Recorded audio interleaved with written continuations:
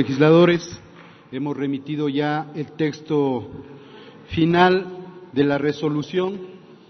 Notifico a todos que, como les consta a ustedes, hemos recogido la mayoría de las propuestas, hemos hablado con los proponentes de otras resoluciones y yo diría que el espíritu del documento final recoge el anhelo de la mayoría de legisladores.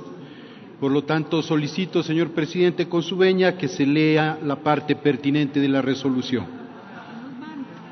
Allí entonces las indicaciones por parte del presidente de la Asamblea Nacional y del proponente de esta iniciativa, el asambleísta Fernando Burbano.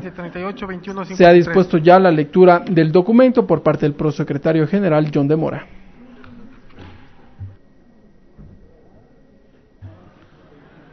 Se va a dar lectura al documento. Parte resolutiva, artículo 1. Allí. Reafirmar el respaldo de la Asamblea Nacional a la institucionalidad y régimen democrático y constitucional del Ecuador. Artículo 2. Reivindicar el derecho a la protesta de todos los ciudadanos como legítima manifestación democrática que construye el poder popular dentro del marco del Estado constitucional, de derechos y de justicia, que posibilitan el mutuo respeto y la convivencia pacífica. Artículo 3.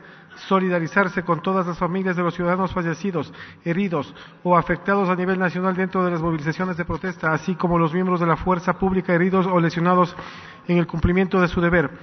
Compartir su dolor lamentando las jornadas de protesta que hayan convertido en el escenario de acciones de violencia que pudieran en riesgo la integración y la vida de los ciudadanos en el Ecuador.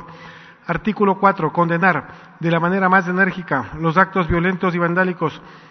Pregonen de forma de donde provengan registros del periodo comprendido entre el 2 y 13 de octubre a nivel nacional, especialmente en la ciudad de Quito, mismos que deben ser investigados y sancionados por las autoridades competentes.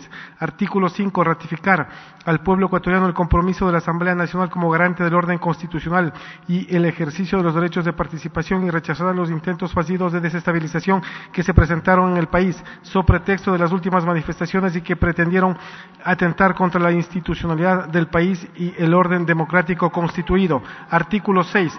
Exhortar al Gobierno Nacional para las políticas públicas que implemente no afecte a la población, especialmente a los más vulnerables, y por lo contrario dicte medidas que contengan mecanismos compensatorios que beneficien a la ciudadanía en su generalidad, al tiempo que permita al Estado prosperar y superar la difícil situación financiera a los que nos encontramos, proyectando al país hacia un mejor futuro. Artículo 7. Conformar una comisión multipartidista a efectos de que se pueda efectuar control político y fiscalización sobre las medidas adoptadas durante las jornadas de protesta.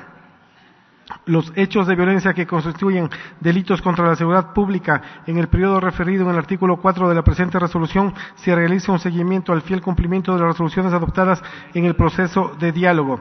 El presidente de la Asamblea Nacional solicitará se convoque a una mesa interinstitucional conformada por la Defensoría Pública, Defensoría del Pueblo, ONU Ecuador, Organización de Estados Americanos, Confederación Episcopal Ecuatoriana, universidades y otros organismos de la sociedad civil por la defensa de los derechos humanos, a efectos de que estas entidades presenten a la Comisión sus criterios, observaciones e informes con base a los cuales este órgano legislativo elaborará en el plazo máximo de 30 días un informe para ser conocido y aprobado por el Pleno de la Asamblea Nacional. El mismo será remitido a las autoridades pertinentes para que actúen en el ámbito de sus competencias. Artículo 8.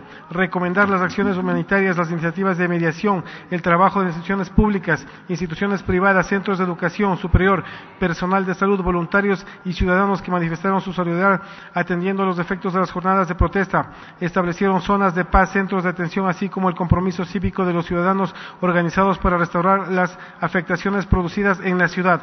Artículo 9. Convocar a los actores institucionales, sociales y económicos a mirar el futuro con optimismo y construir juntos un proceso de unidad, solidaridad y reconciliación nacional. Hasta ahí el texto, señor presidente.